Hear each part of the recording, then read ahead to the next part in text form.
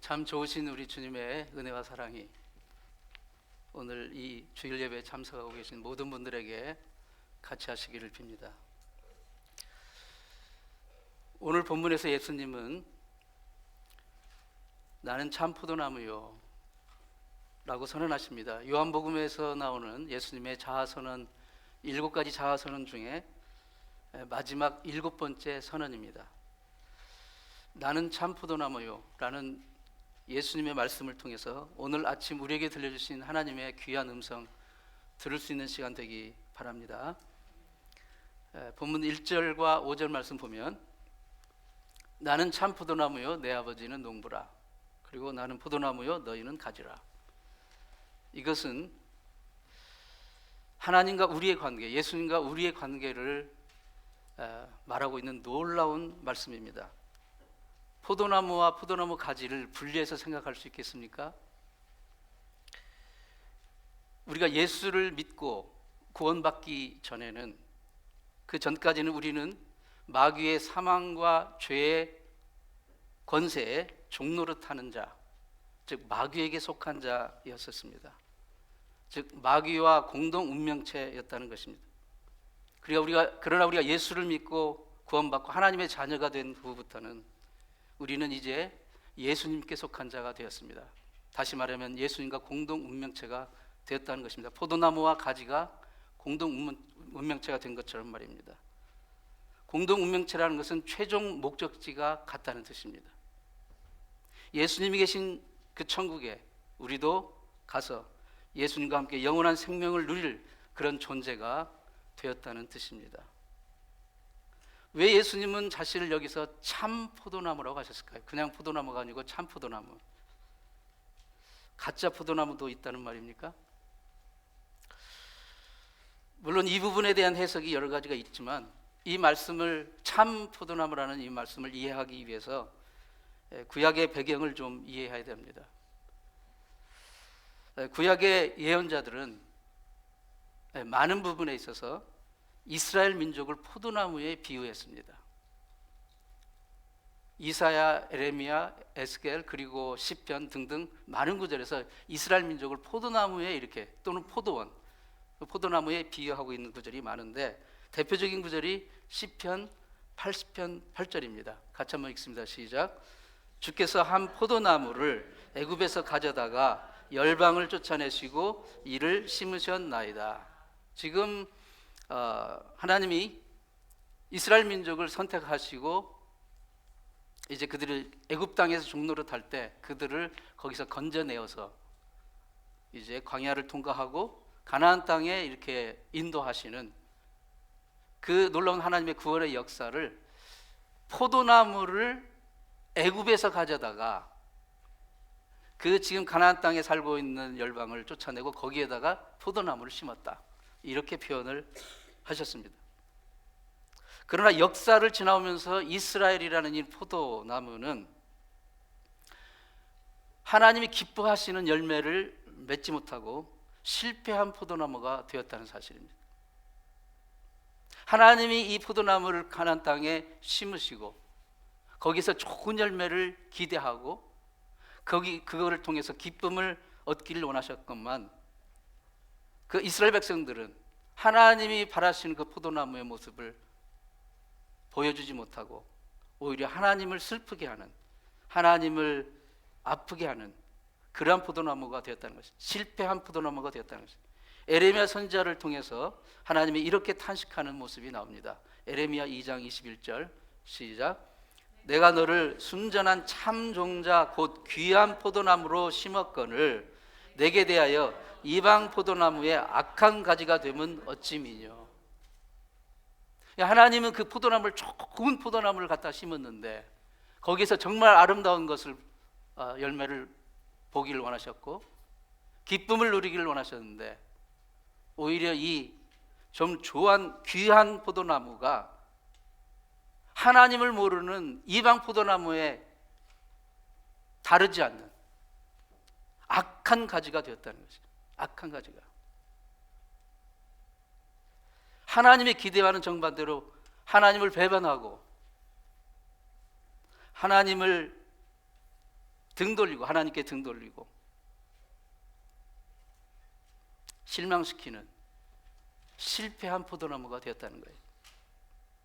그래서 그 실패한 포도나무가 아닌 진짜 참 포도나무가 무엇인지를 예수님이 자신의 이 땅에 오셔서 그 구원 사역을 통해서 직접 보여주시기 위해서 진짜 포도나무, 참 포도나무라고 말씀하시는 거예요. 다시 말하면 유대인들에게 너희가 하나님의 포도나무로 자처하고 하나님의 택한 민족으로 자부심이 대단하지만 교만하지 말라. 너희는 실패한 포도나무가 되었다. 내가 참 포도나무다. 너희가 유대인이라서 저절로 구원받는 거 아니고 저절로 하나님의 자녀가 되는 것이 아니다. 나를 믿고 하나님의 말씀을 믿고 순종하여 하나님이 기뻐하시는 열매를 맺는 자가 될 때 그게 참 포도나무다. 내가 참 포도나무이니 이제는 너희는 내게 붙어 있어 언제나 열매 맺는 가지가 되라 라는 이 메시지를 주고 계십니다. 본문 1절 말씀 다시 한번 보겠습니다. 시작. 내가 참 포도나무요 아버지는 농부라. 정말 놀라운 말씀입니다. 우리가 이 구절이 정말 친숙하고 익숙해서 늘 이걸로 막 찬양도 하고 하지만 이걸 어떻게 해석해야 될까요? 하나님이 포도원 농부이시고 그리고 예수님이 포도나무라고 한다면 이 포도농사는 어떻게 될까요? 이런 질문을 하는 제가 어리석죠. 하나님이 포도 농부고 예수님이 포도나무예요. 그러면 이 포도농사는 100% 성공하는 거예요. 만점의 농사가 될 겁니다. 실패할 수 없는 농사예요. 하나님이 포도 농부시고 예수님이 포도나무면 실패할 수 없는 농사예요. 성공이 100% 보장된 농사입니다. 그러면 포도나무의 가지로서 할 일이 무엇입니까? 이미 성공이 보장된 이 포도농사에 가지로서 할 일은 포도나무에 예수님께 꼭 붙어 있는 것입니다. 그러면 그 놀라운 행복과 축복과 성공을 누리게 되는 거예요. 포도나무이신 예수님께 꼭 붙어서 하나님 아버지를 농부로 모시고 살면 그 인생 농사는 100% 성공하는 겁니다. 형통한 인생이 되는 거예요. 본문 2절 말씀 같이 보겠습니다. 시작. 물은 내게 있어 과실을 맺지 아니하는 가지는 아버지께서 이를 제해 버리시고 무릇 과실을 맺는 가지는 더 과실을 맺게 하려 하여 이를 깨끗게 하시느니라. 깨끗하게 하시느니라. 하나님은 포도원 농사를 짓는 농부로서 우리를 깨끗게 하시는 분으로 여기서 예수님 말씀하십니다. 하나님이 우리를 깨끗하게 하시는 이유가 뭡니까? 가지 된 우리가 풍성한 열매를 맺게 하기 위해서입니다. 깨끗하게 우리를 깨끗하게 하시는 이유는 우리의 삶에 정말 복되고 형통한 정말 풍성한 열매를 맺는 그런 가지가 되게 하기 위해서 우리를 깨끗하게 하십니다. 그런데 하나님 우리를 깨끗하게 하시는 방법이 뭘까요? 전문 용어를 빌리자면 포도원 농사를 짓는 전문 용어를 빌리자면 가지치기입니다. 가지치기라는 것을 통해서 하나님 우리를 깨끗게 하시는 거예요. 포도원 농부가 포도 농사할 때 제일 심혈을 기울여서 가장 많이 하는 일이 바로 이 가지치기입니다. 영어로는 프루닝이라고 하는데요. 가지치기. 농부가 이 가지치기를 잘해야 가지가 열매를 잘 많이 풍성하게 맺을 수가 있는 겁니다. 그냥 포도를 심어놓고 그냥 놔둔다고 해서 되는 게 아니에요. 포도나무는 정말 손이 많이 가는 나무입니다. 이 가지치기를 뭐 합니까?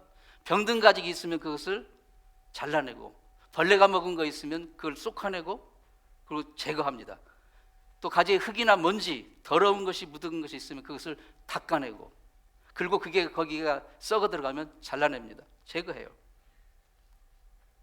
그리고 땅으로 뻗은 가지들이 있으면 그걸 들어 올립니다.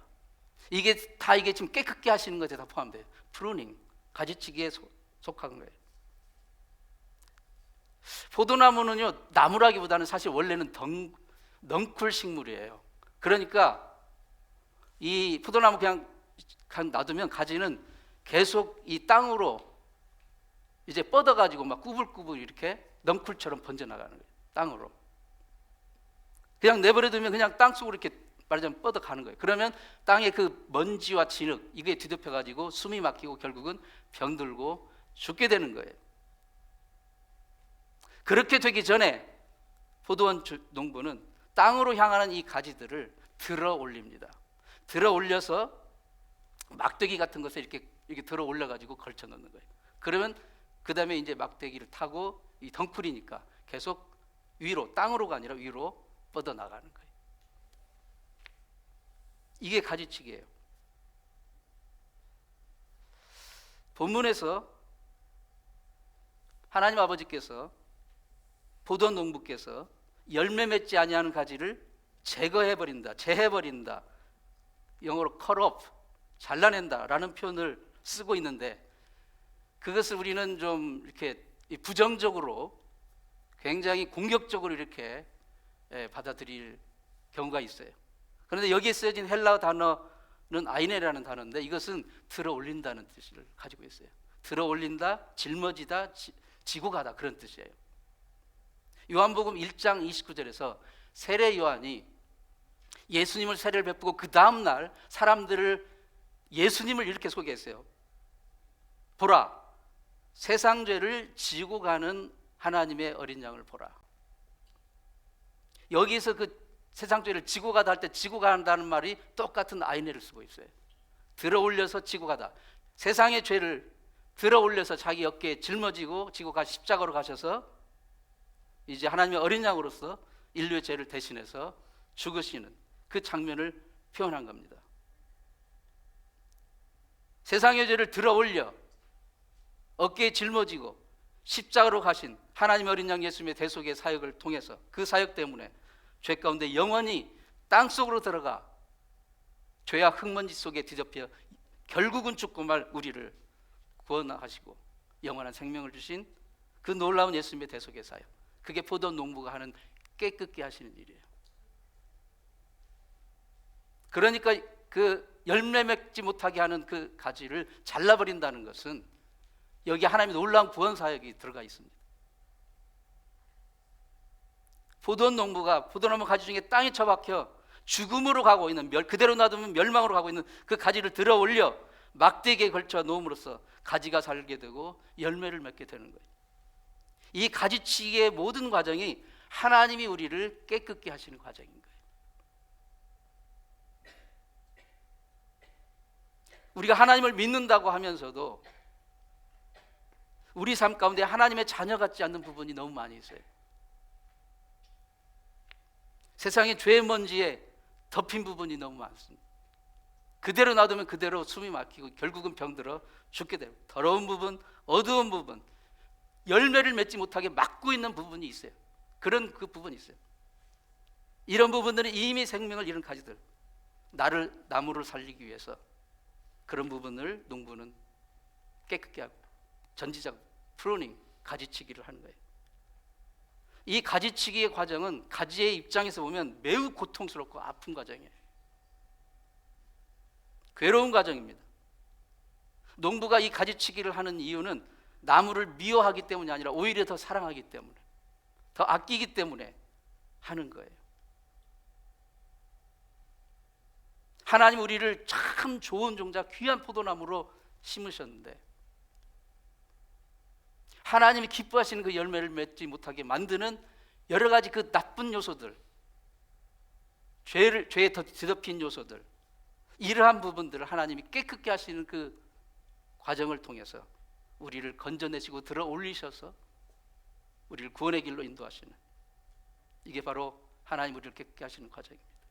13세기 아프가니스탄의 사상가인 룸이라는 사람이 쓴 그 시를 보면 이런 글이 나옵니다. 거울아, 한 번씩 너를 문지를 때마다 뽀드득 그렇게 투덜거리면 어떻게 너를 닦으란 말이냐.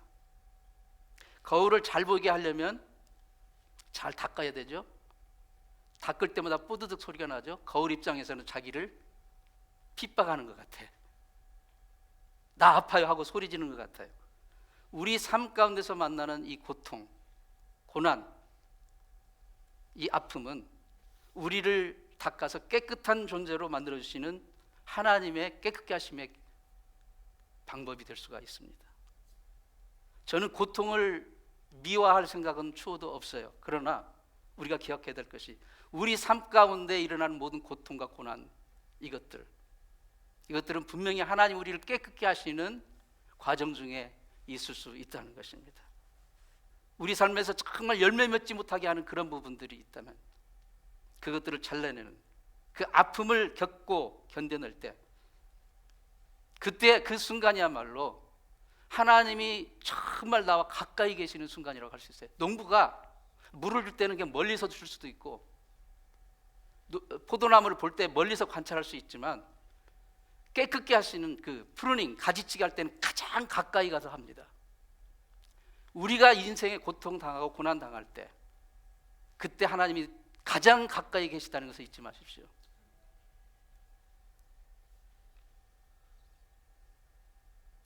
우리 인생에서 오늘 본문을 통해 주님이 보여주신 아름다운 열매를 맺고 싶다면 예수 안에, 그분 안에 꼭 붙어 있어야 됩니다. 머물러 있어야 돼요. 오늘 본문에서 가장 자주 반복되는 단어 중 하나가 거하다. 거하다. 1절부터 10절까지 무려 11번이나 언급됩니다. 거의 매절 다 이 거하다, 그 안에 머물러라. 이게 영어로는 remain인데 헬라어로는 메노입니다. 발음도 비슷한 것 같아요. 근데 어쨌든 거하다, 붙어있다. 한국에서 한때 이런 유머가 있었어요. 기는 놈 위에 뛰는 놈이 있고, 뛰는 놈 위에 나는 놈이 있고, 나는 놈 위에 붙어 다니는 놈이 있다. 예수 믿는 사람, 하나님의 자녀, 포도나무이신 예수님의 가지된 우리로서 존재 방법은 예수님께 꼭 붙어 있는 거예요.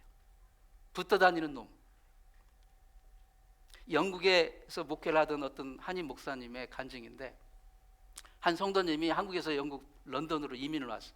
그래서 그분을 이제 처음에 이제 정착하는데 돕기 위해서 이제 차를 몰고 그분도 뒤에 차를 이렇게 따라오고 해서 이렇게 뭐 일을 봐주고 했는데, 운전을 너무 잘하는 거예요. 뒤에 따라오는데. 그래서 아니 이렇게 런던에 오신 지도 얼마 안 되는데 왜 이렇게, 영국은 또 왼쪽에서 운전하잖아요. 운전 왜 이렇게 잘하냐고 그랬더니, 목사님 말도 마십시오. 저는 목사님만 떨어지면 죽는 줄을 알으니까 진짜 기를 쓰고 눈을 부릅쓰고 꼭 달라붙어서 따라온 겁니다. 제가 운전을 잘해서 그런 게 아니고. 우리가 예수님을 잃어버리면, 예수님을 놓치면, 예수님을 떠나면 끝장입니다. 예수님으로부터 떨어지면 끝이라는 생각으로 우리는 예수님께 붙어 있어야 됩니다. 본문 4절 말씀 다시 한번 읽습니다. 시작. 내 안에 거하라, 나도 너희 안에 거하리라. 가지가 포도나무에 붙어 있지 않으면 절로 과실을 맺을 수 없음 같이 너희도 내 안에 있지 않으면 그러하리라. 포도나무의 유일한 존재 이유는 포도 열매 맺는 거예요. 열매 없는 포도나무는 아무짝에도 쓸데 없습니다. 포도나무는 아까 말한 대로 덩쿨식물이기 때문에 나무가 꼬불꼬불해가지고 어디 번듯한 뭐 기둥인 이런 재료도 쓸 수도 없고, 좋은 어떤 목재 가구로도 쓸 수가 없대요. 포도나무는 또 즐기는 관상수도 아니에요. 무슨 장미나 벚꽃처럼 꽃이 아름다워가지고 즐길 수 있는 그런 관상수도 아니에요. 여러분 혹시 포도나무 꽃 보신 적 있나요? 포도나무 꽃? 포도나무 꽃.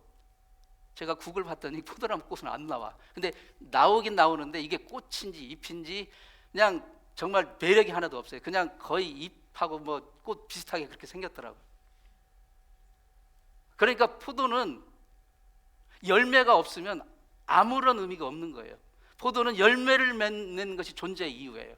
포도나 우리 가지된 우리, 열매 맺지 않는 것은 존재 이유가 없어요. 본문의 표현대로 열매 없는 포도나무 밖에 버려져 그냥 불쏘시개로 쓸 뿐인 거예요. 불쏘시개로.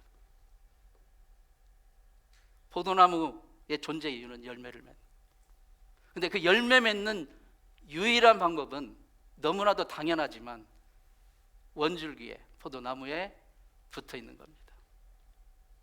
본문 5, 6절 말씀 같이 읽습니다. 시작. 나는 포도나무요 너희는 가지라. 그가 내 안에 내가 그 안에 거하면 사람이 열매를 많이 맺나니 나를 떠나서는 너희가 아무것도 할 수 없음이라. 사람이 내 안에 거하지 아니하면 가지처럼 밖에 벌어져 마르나니 사람들이 그것을 모아다가 불에 던져 사르느니라. 아멘. 열매가 없으면 그냥 가지처럼 버려져 그냥 불에 던져 사르는. 가지가 포도나무에 붙어 있어야 하는 것, 있어야만 열매를 맺지만 사실 더 근본적으로 붙어 있어야 살아있는 거예요. 생존을 하는 거예요. 나무에서 떨어진 가지는 죽음입니다. 멸망입니다. 나무에서 떨어지면 가지가 죽어요? 나무가 죽어요?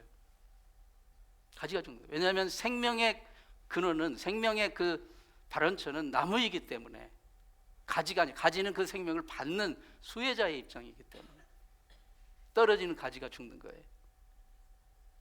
성도가 예수 안에 거하면 풍성한 열매를 맺게 되지만 더 근본적으로는 예수님을 떠나서는 apart from Jesus, you can do nothing. 아무것도 할 수 없다. 여기서 아무것도라는 것은 그냥 많은 것 중에 몇 가지를 못한다는 게 아니라 아무것도 할 수 없다. 즉 죽는다는 거예요. 멸망한다는 거예요. 영적인 생명을 잃게 된다는 것을 말하는 것입니다. 그러면 주님이 우리 안에, 우리가 주님 안에 머무는 것, 그 길은 무엇입니까? 바로 하나님의 말씀입니다. 우리가 주님의 말씀을 붙들고 그 말씀에 순종하며 살아갈 때 우리가 주님 안에 머물게 되는 것입니다. 요한복음의 뚜렷한 주제 중에 하나가 생명인데요, 그 말씀이 바로 생명이라고 요한복음 1장에 분명하게 나와 있습니다. 빛이고 그리고 생명이라고. 그러니까 우리가 예수 안에 거할 수 있는 길은 하나님의 말씀을 붙드는 것입니다. 요한복음 15장 10절 말씀 같이 읽습니다. 시작. 내가 아버지의 계명을 지켜 그의 사랑 안에 거하는 것 같이 너희도 내 계명을 지키면 내 사랑 안에 거하리라. 아멘. 아버지의 계명, 즉 하나님의 말씀을 지켜 그의 사랑 안에 거하는, 하나님의 말씀을 붙들고 그 말씀에 순종함으로써 우리가 예수 안에, 그 예수의 사랑 안에 거하고, 심지어 예수님도 하나님의 말씀을 지켜 순종함으로 하나님의 사랑 안에 거하듯이 우리도 하나님의 말씀을 지켜 순종함으로 하나님 안에, 예수님 안에, 그 사랑 안에 거할 수가 있게 되는 거예요. 헬라어에는 말씀을 뜻하는 단어가 두 가지가 있는데 로고스와 레마입니다.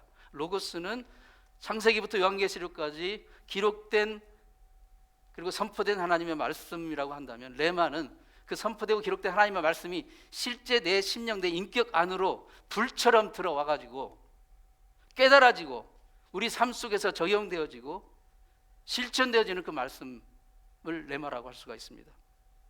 성경에 기록되고 또 설교자들에게 의해 선포된 말씀이 내 가슴 속으로 찬란한 햇빛처럼 밀고 들어올 때, 바위를 깨트리는 빗방울처럼 스며들어올 때 우리는 살아계신 하나님을 체험하게 되는 것입니다. 이런 말씀의 역사를 통해서 우리는 예수 안에 거하게 되는 것입니다.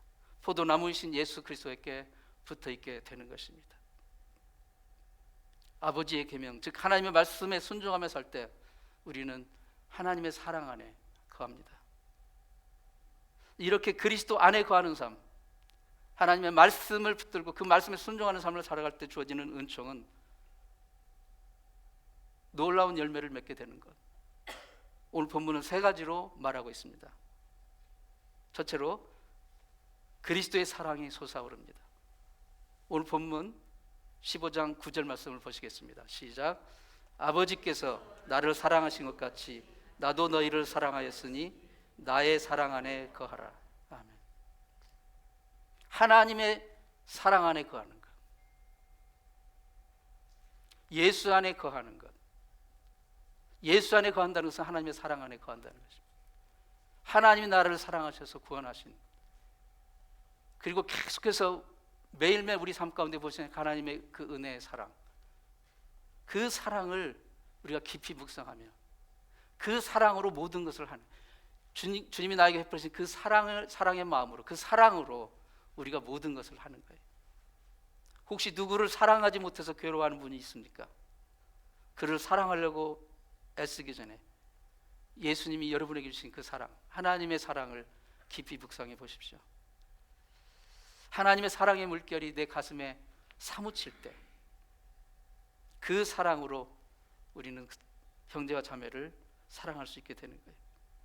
주님에 대한 이 사랑이 메말라 버리게 되면 사랑한다는 것은 불가능합니다. 자기 자신을 미워하는 사람이 있습니까? 나를 사랑하사 자기 목숨 버려 우리에게 영원한 생명 주신 그 사랑을 깨닫게 되고 그 사랑에 감동하게 된다면, 그렇게 나를 사랑하셔서 구원하신 난데, 그러면 자기를 또 사랑할 수 있게 되는 거죠. 예수님의 사랑을 회복할 때 우리는 나도 사랑할 수 있게 되는 거예요. 두 번째 은총이 기쁨이 충만해집니다. 오늘 요한복음 15장 11절 말씀 보겠습니다. 시작. 내가 이것을 너희에게 이름은 내 기쁨이 너희 안에 있어 너희 기쁨을 충만하게 하려 함이니라. 아멘. 이 모든 포도나무의 그 비유를 통해서 하나님 우리를 향해서 갖고 계신 목적은 우리가 정말 기쁨을 누리라는 거예요. 기쁨을 누리라. 주님, 우리가 기쁨을 누리게 되기를 원하십니다. 실패한 포도나무와 같은 인생이 예수 그리스도, 참 포도나무이신 예수 그리스도에 들어올 때 벙어리가 말하고 절뚝발이가 걸으며 소경이 보게 되는 그런 생명의 역사, 회복의 역사가 우리 삶 가운데 일어나게 되는 것입니다. 기쁨과 감격의 삶은 예수 안에 거하는 하나님의 자녀의 삶의 당연한 모습이 되어야 되는 것입니다. 하나님께서 우리를 부르실 때 이를 득득 깔라고 부르시지 않았어요. 기뻐하라고, 감동하라고, 감격하라고, 감사하라고 부르셨습니다. 예수 믿고 믿음 생활하면서도 이를 득득 깔면서 하는 사람이 있어요. 그러면 안 됩니다. 찬송하며 감사하며 기쁨으로 예수 그리스도의 말씀을 순종하며 살아갈 때 그 기쁨이 우리 가운데 회복되어지는 줄 믿습니다. 예수 안에 거하게 될 때 얻게 되는 놀라운 은총, 세 번째로 기도 응답입니다. 오늘 요한복음 15장 7절 말씀 같이 읽습니다. 시작. 너희가 내 안에 거하고 내 말이 너희 안에 거하면 무엇이든지 원하는 대로 구하라. 그리하면 이루리라. 기도 응답에 대한 보증을 말씀하고 계십니다. 전기가 발전소에서 시작이 돼가지고 변전소를 거쳐서 여러 단계를 거쳐 우리 집까지 오는 동안 한 군데라도 끊어진 데가 있으면 그 전기는 우리 집에 오지 못합니다. 우리도 주님께 철저하게 붙어 있어서 주님 안에 갈 때, 주님과 나 사이에 끊어진 부분이 없을 때 주님의 놀라운 능력을, 그 위로와 회복을 체험하게 되고, 그리고 기도 응답을 체험하게 되는 것입니다. 구하는 대로, 원하는 대로 구하라. 그리하면 이루리라. 얼마나 놀라운 말씀입니까? 하지만 전제 조건, 너희가 내 안에 거하고 내 말이 너희 안에 거할 때, 우리가 예수님께 온전히 붙어 있고 그 안에 온전히 거할 때, 그때 우리는 기도 응답의 놀라운 축복을 받게 됩니다. 여러분, 짝사랑 해보신 적이 있습니까? 짝사랑은 정말 슬프고 괴로운 겁니다. 어쩌면 하나님이 우리를 짝사랑하시는 거예요. 나는 포도나무, 너희는 가지. 내 안에 있으라. 내 안에 있으라. 그리하면 원하는 대로 구하라. 기도의 응답이 있을 것이다. 기쁨이 넘친다. 풍성한 열매가 있다. 사랑이 넘친다. 그런데 우리는 그 사랑을 이해하지 못하고 깨닫지 못하고 하나님의 짝사랑으로 머물고 붙어 있을 때 전혀 그 생명과 은혜와 능력을 우리가 받지 못하는, 형식적으로 교회 생활하고 신앙생활을 하면서도 형식적으로 몸만 그저 붙어 있는, 우리를 향하신 그 하나님의 그 정말 압도적인 그 사랑의 그 힘이, 그 사랑의 생명의 능력이 우리 삶 가운데 계속해서 흘러 넘치는 것은 우리에게 달려 있는 거예요. 우리가 그 사랑을 깨닫고 간절하게 하나님의 말씀 붙들고 하나님의 말씀을 순종하면서 살아갈 때 우리는 그런 모든 혜택을 누릴 수 있게 되는 거죠. 그래서 사랑이 주고받는 것이 되는 것이죠. 이 하나님의 사랑으로 우리가 봉사를 해도 하고 교회를 섬기고 자녀를 양육하고 해도 이 하나님의 사랑으로 할 때 모든 일이 하나님이 농부이시고 예수님이 포도나무이시고 우리는 가지니까 100% 성공하는 인생 동사가 되는 것입니다.